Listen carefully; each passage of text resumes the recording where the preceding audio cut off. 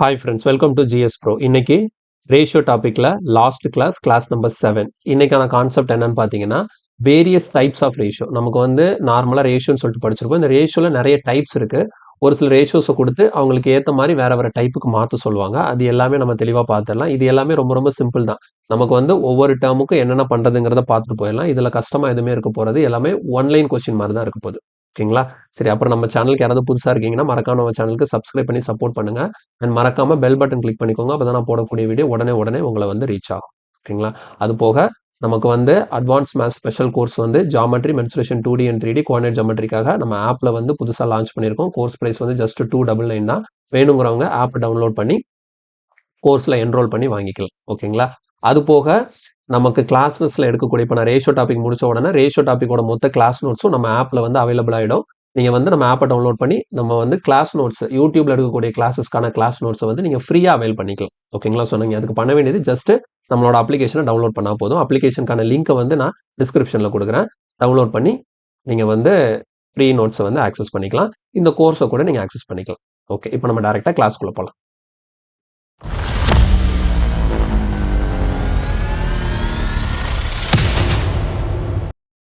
Okay, இன்னைக்கு நான் first question பாருங்க. ஃபைண்ட் த காம்பவுண்ட் ரேஷியோ. சரி, இந்த காம்பவுண்ட் ரேஷியோனா ஒன்றும் கிடையாது, ரொம்ப சிம்பிள் தான். நமக்கு ரெண்டு ரேஷியோ கொடுத்துருக்காங்க. ரெண்டு ரேஷியோ கொடுத்தாங்கன்னா அவங்க என்ன கேட்குறாங்க? காம்பவுண்ட் ரேஷியோ கேட்குறாங்க. அப்போ என்ன பண்ணணும்? இந்த ரெண்டு ரேஷியோலையும் பார்த்தீங்கன்னா ரெண்டு டேர்ம் இருக்கு. ஸோ என்ன பண்ணிக்கணும்னா, ஃபர்ஸ்ட் இந்த மொதல் ரேஷியோவில் ஃபர்ஸ்ட் டேர்ம் என்ன இருக்கு? 1. செகண்ட் ரேஷியோவில் ஃபர்ஸ்ட் டேர்ம் என்ன இருக்கு? இந்த ரெண்டு ஃபர்ஸ்ட் டேர்மையும் மல்டிப்ளை பண்ணிடுங்க. ஸோ 1 × 3 3. அடுத்து செகண்ட் டேர்மையும் மல்டிப்ளை பண்ணிக்க வேண்டியதான். 2 × 5 10. ஸோ நமக்கு காம்பவுண்ட் ரேஷியோ என்னது? 3:10. இவ்வளோதாங்க காம்பவுண்ட் ரேஷியோ. நான் சொன்னேன் இல்லையா, எல்லா கொஸ்டினும் ஒன் லைனில் தான் இருக்கும். இதில் டிஃப்ரெண்ட் ரேஷியோஸ் இருக்கும். அது என்னென்ன பண்ணணுங்கிறத மட்டும் நம்ம தெரிஞ்சு வச்சுக்கிட்டா போதும். கிளியரா? ஸோ காம்பவுண்ட் ரேஷியோ நமக்கு எவ்வளோ வந்திருக்கு? 1 × 3 3, 2 × 5 10. So 3:10 is the compound ratio. அடுத்த கொஸ்டின் பாருங்க. இங்க நமக்கு மிக்சட் ரேஷியோன்னு இருக்கு. ஸோ இந்த மிக்சட் ரேஷியோனாலும் காம்பவுண்ட் ரேஷியோனாலும் ரெண்டுமே ஒன்று தான்.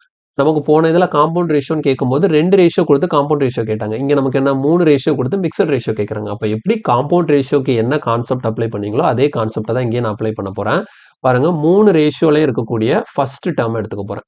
ஃபர்ஸ்ட் ரேஷியோவில் மொதல் டேர்ம் என்ன இருக்கு? 1 இன்டூ செகண்ட் ரேஷியோவில் ஃபர்ஸ்ட் டேர்ம் என்ன இருக்கு? 3. தேர்ட் ரேஷியோவில் ஃபர்ஸ்ட் டேர்ம் என்ன இருக்கு? 5.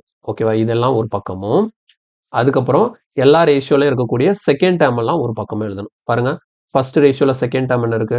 2 இன்டூ செகண்ட் ரேஷியோவில் செகண்ட் டேர்ம் என்ன இருக்கு? 5 இன்டூ தேர்ட் ரேஷியோவில் செகண்ட் டேர்ம் என்ன இருக்கு? 9. புரியுதா? அப்போ ஃபர்ஸ்ட் டேர்ம் எத்தனை ரேஷியோ கொடுத்தாலும் சரி, உங்களுக்கு 4 ரேஷியோ கொடுத்து கூட மிக்ஸ் ரேஷியோ கேட்கலாம், 5 ரேஷியோ கொடுத்து கேட்கலாம். எத்தனை ரேஷியோ கொடுத்து மிக்ஸ் ரேஷியோ கேட்டாலும் நீங்க என்ன பண்ணிக்கணும்?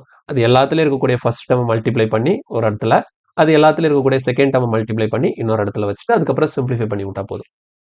ஓகேவா? பாருங்க, 5க்கு 5 கேன்சல் ஆகிடும். 3 டேபிளில் கேன்சல் பண்ணும்போது இங்கே 3 டைம்ஸ் வரும். இதுக்கப்புறம் கேன்சல் பண்ண முடியாது. என்ன இருக்கு? 1:2. 2 3s are 6. ஸோ கொஸ்டினுக்கான ஆன்சர் 1:6. இவ்வளோதான். நெக்ஸ்ட் இல்லை பாருங்க, இதுலேயும் காம்பவுண்ட் ரேஷியோ தான் கேட்குறாங்க. ஆனால் என்ன, ஒரு இங்கே பாயிண்ட் இருக்கு, இங்கே நமக்கு ஃப்ராக்ஷனில் இருக்கு, அதெல்லாம் நம்ம கண்டுக்க தேவை கிடையாது. நமக்கு தேவை அப்படியே எழுதி சிம்பிளிஃபை பண்ணி போட்டுற வேண்டியதான். ஸோ ஃபர்ஸ்ட் காம்பவுண்ட் ரேஷியோ கண்டுபிடிக்கிறதுக்கு மொதல் டேர்ம் இங்கே என்ன இருக்கு? 0.45 இருக்கு. அதை நான் என்ன பண்ணிக்கிறேன்? 45 டிவைடட் பை 100ன்னு எழுதிக்கலாமா? இன்டூ செகண்ட் ரேஷியோவில் ஃபர்ஸ்ட் டேர்ம் என்ன? 1/9 இஸ் டூ. அதே மாதிரி பாருங்க, இங்கே 0.55 இருக்கு. நம்ம எப்படி எழுதிக்கலாம்? 55 டிவைடட் பை 100ன்னு எழுதிக்கலாம். இன்டூ 4/5 இருக்கு. ஸோ ஜஸ்ட் இப்போ சிம்பிளிஃபை பண்ணலாம். பாருங்க, இந்த 100க்கு இந்த 100 கேன்சல் ஆகிடும்.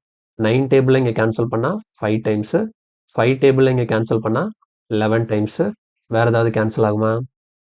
ஓகே, வேறு எதுவும் கேன்சல் ஆகுது. அப்போ இங்கே 5 × 1 5, 11 × 4 44. ஸோ கொஸ்டினுக்கான ஆன்சர் எவ்வளோ கிடச்சிருக்கு? 5:44. கிளியரா? ஓகே, நெக்ஸ்ட் இல்லை பாருங்க, அடுத்தது டியூப்ளிகேட் ரேஷியோ. இப்போ எனக்கு டியூப்ளிகேட் ரேஷியோனா ஒன்றுமே கிடையாது, ரொம்ப ரொம்ப சிம்பிள். எனக்கு என்ன ரேஷியோ கொடுத்துருக்காங்க? 14:17. இதோட டூப்ளிகேட் ரேஷியோ உங்களுக்கு கேட்டாங்கன்னு வச்சுக்கோங்க. டூப்ளிகேட்னா என்னது? டபுள் அப்படின்னு சொல்லிட்டு இருக்குல்ல, டூப்ளிகேட்னா டபுள் அப்படின்னு மாதிரி வரும். ஸோ அது மாதிரி ஞாபகம் வச்சுக்கோங்க. அப்போ உங்களுக்கு என்ன ரேஷியோ கொடுக்குறாங்களோ அதோட டூப்ளிகேட் ரேஷியோ வேணும்னா உங்களுக்கு அந்த ரேஷியோவில் எத்தனை டேர்ம் கொடுத்துருந்தாலும் சரி, அதை அப்படியே ஸ்கொயர் பண்ணிருங்க. அப்போ 14:17 டூப்ளிகேட் ரேஷியோ என்னவா இருக்கும்னா 14² 17². அப்போ ஆன்சர் என்ன வரும்? 14² எவ்வளோ? 196. 17 ஸ்கொயர் எவ்வளோ 289. இதுதான் நமக்கான ஆன்சர் 196 289. Option A. புரியுதா? டூப்ளிகேட் ரேஷியோ இவ்வளோதான். இங்கே பாருங்க, எங்கே டூப்ளிகேட் ரேஷியோ கேட்குறாங்க. ஸோ சேம் அதே தான். ஆனால் எப்போவுமே பாருங்க, உங்களுக்கு இந்த மாதிரி கொடுக்குறாங்கன்னு வச்சுக்கோங்களேன், எப்போவுமே ரேஷியோங்கிறது சிம்பிள் ஃபார்மாக தான் இருக்கணுங்கிறது நான் ஸ்டார்டிங் கிளாஸ்ல இருந்தே சொல்லிட்டு இருக்கிறேன். இப்போ இந்த மாதிரி டெசிமல்லையோ ஃப்ராக்ஷன்லையோ இருந்ததுன்னா அது அப்படியே ஆன்சராக போடக்கூடாது. உங்களுக்கு டெசிமல்லையோ ஃப்ராக்ஷன்லையோ இருக்குதுன்னா ஃபர்ஸ்ட் அதை ஹோல் நம்பராக மாற்றினதுக்கப்புறம் நீங்கள் என்ன ப்ராசஸ்னாலும் பண்ணுங்க, அதுக்கப்புறம் ஆன்சராக போடுங்க. ஓகேவா? இப்போ நான் கொடுத்துருக்கிறது எப்படி இருக்கு? 0.04ன்னு இருக்கா? நான் எப்படி எழுதிக்கலாம்? 4/100 எழுதிக்கலாமா? 0.005 இருக்கு. இது எப்படி எழுதிக்கலாம்? 5/1000 எழுதிக்கலாம். ஓகேவா? இப்போ இது சிம்பிளிஃபை பண்ணுங்க. எப்படி சிம்பிளிஃபை பண்றதுன்னு பாருங்க. இந்த 00க்கு இந்த 00. இந்த 5 டேபிள் இங்க கேன்சல் பண்ணா என்ன வரும்? இங்க 1 இங்க 2 வரும். இப்போ எனக்கு எப்படி இருக்கு? 4:1/2ன்னு இருக்கு. அப்போ இந்த மாதிரி ஃப்ராக்ஷன்ல இருக்கக்கூடாது. அப்போ இந்த ஃப்ராக்ஷன் போகணும்னா இங்க கீழே 1 இருக்குன்னு அர்த்தமா? இது ஃப்ராக்ஷன் போறதுக்கு என்ன பண்ணுவோம் நம்ம? கீழே 1க்கு 2 எல்சிஎம் எடுத்தா எவ்வளோ? 2. அப்போ அந்த 2வால 2 டேர்மையும் மல்டிப்ளை பண்ணுவேன். ஸோ இன்ட்டு 2 போடும்போது இந்த 2 கேன்சல் ஆகிடும். இங்கே 4 2s are 8:1. ஆக்சுவலாக 8:1ங்கிறது ஆன்சர் கிடையாது. நான் என்ன பண்ணேன்? அவங்க கொடுத்த 0.04:0.005ங்கிற டெசிமல்ல இருக்கக்கூடிய அந்த ரேஷியோவை ஒரு சிம்பிள் ஃபார்முக்கு மாத்திருக்கேன். இது எப்படி இருக்கு? இப்போ 8:1ன்னு இருக்கு. இப்போ இதுக்கு தான் நான் என்ன பண்ணணும்? டூப்ளிகேட் ரேஷியோ பார்க்கணும். அப்போ இதுக்கு டூப்ளிகேட் ரேஷியோங்கிறது என்னவா இருக்கும்? 8னா 8 ஸ்கொயர் எவ்வளோ? 64. 1 ஸ்கொயர் எவ்வளோ? 1. So answer 64:1. புரியுதா? அப்போ உங்களுக்கு இந்த மாதிரி பாயிண்ட்லயோ ஃப்ராக்ஷன்லயோ கொடுத்தாங்கன்னா அதை ஃபர்ஸ்ட் ஒரு ஹோல் நம்பரா கன்வெர்ட் பண்ணதுக்கப்புறம் அதுக்கப்புறம் அதுல இருந்து டூப்ளிகேட் கண்டுபிடிக்கிறத நீங்க பண்ணலாம். Okay, next. இல்ல பாருங்க, சப் டியூப்ளிகேட். ஓகே, டியூப்ளிகேட் பண்றதுக்கு என்ன பண்ணோம்? ஸ்கொயர் பண்ணோம். அப்ப சப் டியூப்ளிகேட் பண்றதுக்கு என்ன பண்ணணும்னா அதோட ரிவர்ஸ் ரூட் எடுக்கணும். சரியா? உங்களுக்கு இங்க என்ன கொடுத்துருக்காங்க? 16:25ங்கிற ரேஷியோக்கு என்ன கண்டுபிடிக்க போறீங்க? சப் டியூப்ளிகேட் கண்டுபிடிக்க போறீங்க. அப்போ 16க்கும் ரூட் எடுக்கணும், 25க்கு ரூட் எடுக்கணும். அப்போ 16க்கு ரூட் எடுத்தா எவ்வளோ? 4. 25க்கு ரூட் எடுத்தா 5. அப்போ நமக்கு சப் டியூப்ளிகேட் ரேஷியோ என்ன வருது? 4:5. ஸோ கொஸ்டினுக்கான ஆன்சர் ஆப்ஷன் ஏ 4:5. இவ்வளோதான். புரியுதா? அப்போ டூப்ளிகேட்னா ஸ்கொயரு, சப் டியூப்ளிகேட்னா ரூட். இங்கே பாருங்க, இங்கே சப் டியூப்ளிகேட் கேட்குறாங்க. சப் டியூப்ளிகேட் கேட்டுட்டு இங்கே என்ன கொடுத்துருக்காங்க? ஒரு மாதிரி ஃப்ராக்ஷனாக இருக்கா? ஒரு மாதிரி வல்கர் ரேஷியோ இது பேர். எங்களை பார்க்கறதுக்கு ஒரு மாதிரி வல்கராக இருக்கா? 0.225 1/0.256. அப்போ ஃபர்ஸ்ட் இங்க பாயிண்ட் இருக்கு, ஃப்ராக்ஷன் இருக்கு, இதெல்லாம் போக வச்சு இது ஒரு நார்மலா மாத்தலாம். அதுக்கப்புறம் சப் டியூப்ளிகேட் கண்டுபிடிக்கலாம். ஓகே, ஃபர்ஸ்ட் நான் பாயிண்ட் போறதுக்கு என்ன பண்ணுவேன்? இப்போ கீழே 3 பிளேஸ் தள்ளி பாயிண்ட் இருக்குன்னா மேல என்ன பண்ணிக்கணும்? 1000 டிவைடட் பை 225ன்னு போட்டுக்கோங்க. இந்த மாதிரி இதே என்ன பண்ணிக்கலாம்? 1000 டிவைடட் பை 256ன்னு போட்டுக்கோங்க. இந்த 1000 என்ன ஆயிடும்? கேன்சல் ஆயிடும். அப்போ எப்பவுமே ஞாபகம் வச்சுக்கோங்க, உங்களுக்கு ஒரு ரேஷியோ எப்படி இருக்குன்னு வச்சுக்கோங்க. 1/a:1/bன்னு இருந்ததுன்னா இது நீங்க மாத்தும் போது ஆட்டோமேட்டிக்கா இதை எப்படி எழுதிக்கலாம்னா a:bன்னு எழுதிக்கலாம். ஏன் இப்படி a:bன்னு எழுதுறேன்னா, இப்போ உதாரணத்துக்கு பாருங்க, உங்களுக்கு இங்க 1/3 இருக்கு, 1/2 இருக்கு. இதை ஃப்ராக்ஷன்ல இருந்து போக வைக்கிறதுக்கு என்ன பண்ணுவீங்க? 3க்கும் 2க்கும் எல்சிஎம் எடுப்பீங்களா? 3க்கும் 2க்கும் எல்சிஎம் எடுத்தா எவ்வளவு? 6. அப்போ 6ஆல 2 டேர்மையும் மேல மல்டிப்ளை பண்ணுவோமா? இப்போ சிம்பிளிஃபை பண்ணுவோம் பாருங்க. இங்க கேன்சல் பண்ணும்போது 2 வந்துடும், இங்க கேன்சல் பண்ணும்போது 3 வந்துடும். அப்போ 1/3 1/2 எனக்கு எப்படி மாறிடுச்சு? 2:3ன்னு மாறிடுச்சு. அப்போ இந்த இடத்துல எனக்கு எப்படி இருக்கு? 1/225 1/256ன்னு இருக்கு. அப்போ இதுக்கு ஈக்குவலன்ட் ரேஷியோ எப்படி மாறிடும்? 256:225. ஆக்சுவலா அவங்க கொடுத்தாங்கல்ல, இந்த ரேஷியோக்கு ஈக்குவலன்ட் ரேஷியோ தான் இது. சரியா? இதை வந்து சிம்பிளிஃபை பண்ணி ஒரு சிம்பிள் ஃபார்முக்கு கொண்டு வந்துட்டேன். இப்போ இதுக்கப்புறம் இதுல நான் என்ன பண்ண போறேன்? சப் டியூப்ளிகேட் பார்க்க போறேன். அப்போ சப் டியூப்ளிகேட்னா என்ன? என்னோட ரேஷியோக்கு ரூட் எடுத்தா போதும். அப்போ √256 √225. இது என்னங்க வரும்? 256க்கு ரூட் எடுத்தா 16, 225க்கு ரூட் எடுத்தா 15. So answer is 16:15. Option A. கிளியரா? இப்போ இந்த மாதிரி பாயிண்ட்லயோ ஃப்ராக்ஷன்ல இருக்கிறத ஒரு சிம்பிள் ரேஷியோவா மாத்திட்டு அதுக்கப்புறம் நமக்கு தேவையான ப்ராசஸை நம்ம பண்ணலாம். இல்ல பாருங்க, ட்ரிப்ளிகேட்னு இருக்கு. எப்படி டியூப்ளிகேட்னு இருக்கும்போது டபுள் அப்படின்னா ஸ்கொயர் பண்ணமோ, அப்ப ட்ரிப்ளிகேட்னா ட்ரிபிள், அப்ப கியூ பண்ணணும். சரியா? அப்ப 3:5ன்னு கொடுத்துருக்காங்க. இதோட ட்ரிப்ளிகேட் ரேஷியோ கேட்குறாங்கல்ல, அப்ப 3³ 3/3னா 27, 5/3ங்கிறது 125. ஸோ 27 125. Option A. இந்த பக்கம் பாருங்க 125 27 இருக்கு. இது தப்பு. இப்படி போட்டு வச்சிடக்கூடாது. ஒரே தானே நம்பர் மாற்றி போட்டிங்கன்னா தப்பு தான்.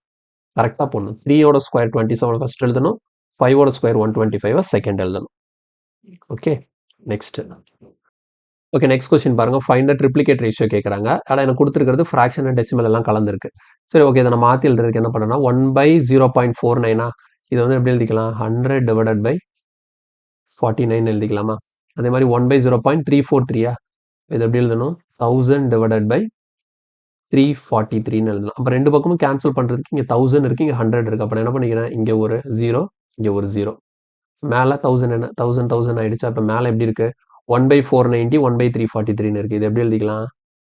343 490 எழுதிக்கலாமா? இப்போ பாருங்க, இப்போ சிம்பிளிஃபை பண்ணும்போது 49 டேபிளில் கேன்சல் பண்ணால் இது 10 வரும், இது வந்து 7 வரும். அப்போ ஃபைனலி எனக்கு கொடுத்த அந்த ரேஷியோவை நான் மாற்றும் போது, அதாவது இந்த 1/0.49 இஸ் டு 1/0.343 இப்போ எப்படி இருக்குது? 7:10 வந்துருச்சு. இப்போ இதுக்கு நான் என்ன பண்ண போகிறேன்? ட்ரிப்ளிகேட் ரேஷியோ பார்க்க போகிறேன். அப்போ ட்ரிப்ளிகேட்னா அப்படியே கியூப் எடுக்கணும். 7 கியூப் எவ்வளோ? 343. 10 கியூப் எவ்வளோ? 1000. ஸோ கொஸ்டின்கான ஆன்சர் 343,000 கிடைக்கும். Option C. நெக்ஸ்ட் இங்கே பாருங்க, சப் ட்ரிப்ளிகேட். எப்படி சப் டியூப்ளிகேட்டுக்கு ஸ்கொயர் ரூட் எடுத்தீங்களோ அப்போ சப் ட்ரிப்ளிகேட்டுக்கு வந்து என்ன பண்ணணும்? கியூப் ரூட் எடுக்கணும். 512:729 இருக்கா? இதோட சப் ட்ரிப்ளிகேட் என்னவா இருக்கும்? Cube root of 512 is to cube root of 729. அப்போ 512க்கு கியூப் ரூட்னா 8, 729க்கு கியூப் ரூட்னா 9. ஆன்சர் என்ன? 8:9. Option A. Okay, next. இங்கே பாருங்க, இங்கே அதே மாதிரி சப் ட்ரிப்ளிகேட் கேட்குறாங்க. ஸோ சப் ட்ரிப்ளிகேட்டுக்கு என்ன பண்ணுவோம்? ஃபர்ஸ்ட் அவங்க கொடுத்துருக்கிறத ஃபர்ஸ்ட் சிம்பிளாக மாற்றணும். 1000 divided by 343 is to 1000 divided by 512. So 1000 cancel ஆகிடும். அப்போ மேலே 1/343 1/512 இருக்குது. இது எப்படி எழுதிக்கலாம்? 512 இஸ் டு 343 எழுதிக்கலாம்.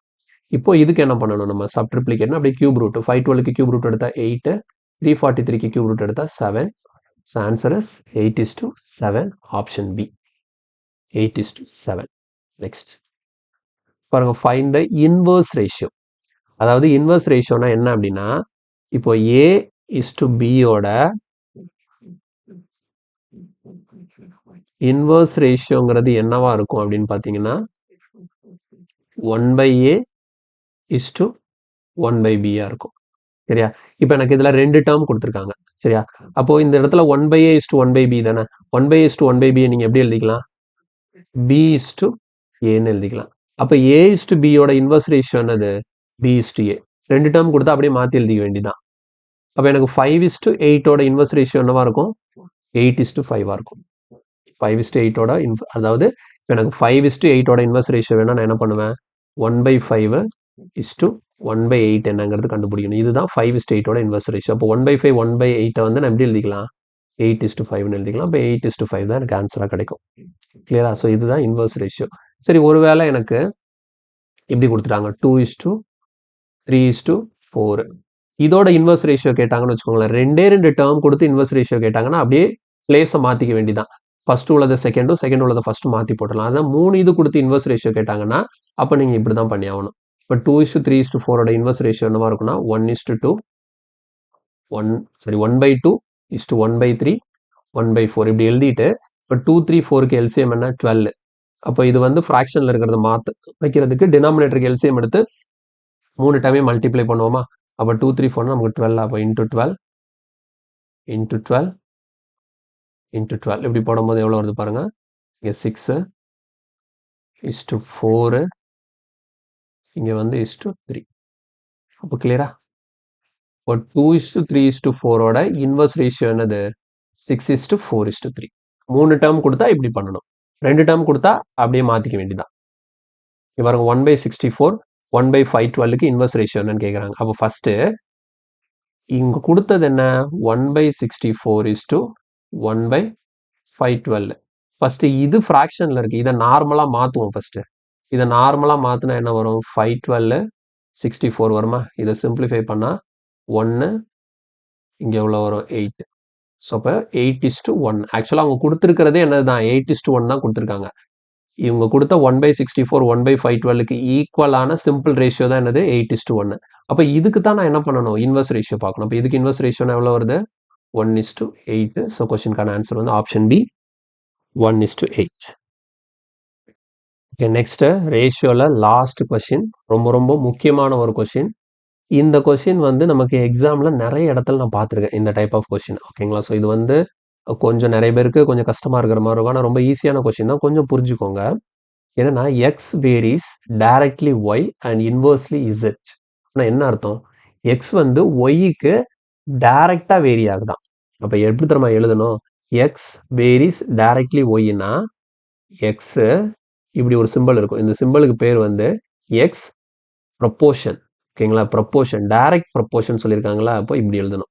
இதுதான் சிம்பிள். எக்ஸ் ஒய்க்கு டைரக்டா வேரி ஆகுதான். அதே இது பாருங்க, அண்ட் இன்வர்ஸ்லி ஆஸ் இசட். அப்ப என்ன அர்த்தம், மறுபடியும் எக்ஸ் தான் சொல்றாங்க. இந்த எக்ஸ் வந்து ஒய்க்கு டைரக்டா வேரி ஆகுது, அதே எக்ஸ் இசட்க்கு இன்வர்ஸா வேரி ஆகுதான். அப்போ அதை எப்படி எழுதணும்னா, அதே எக்ஸ் வேரி ஆகுது ஆனா இசட்க்கு இன்வர்ஸா வேரி ஆகுதுன்னு இந்த இடத்துல 1/z போட்டுக்கணும். சரியா? இந்த ரெண்டு விஷயத்த கரெக்டா இந்த வார்த்தையை வச்சு எழுதணும்.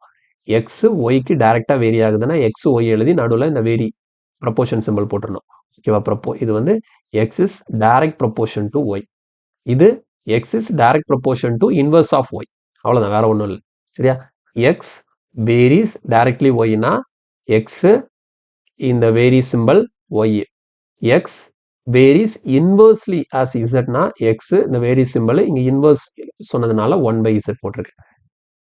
Okay, next step. இப்போ எனக்கு இந்த இடத்துல ரெண்டு ஈக்குவேஷன் இருக்கு இல்லையா, ஒன்று வந்து எக்ஸுக்கும் ஒய்க்கும் உள்ள ரிலேஷன், ஒன்று எக்ஸுக்கும் இசட்க்கும் உள்ள ரிலேஷன். இது ரெண்டையும் நான் கனெக்ட் பண்ண போறேன். இது ரெண்டையும் கனெக்ட் பண்ணி எப்படி எழுதலாம்னா, பாருங்க, லெஃப்ட் சைடு எக்ஸ் இந்த ப்ரொப்போர்ஷன் சிம்பிள், ஒய் மேல இருக்கு இசட் கீழே இருக்கா, ஸோ ஒய் பை இசட் இந்த மாதிரி கொண்டு வந்துடலாம். X proportion to y by இசட்னு சொல்லிட்டு இது ரெண்டையும் கனெக்ட் பண்ணி எழுதியிருக்கேன். இது ரெண்டையும் கனெக்ட் பண்ணால் இப்படி மாறிடும்.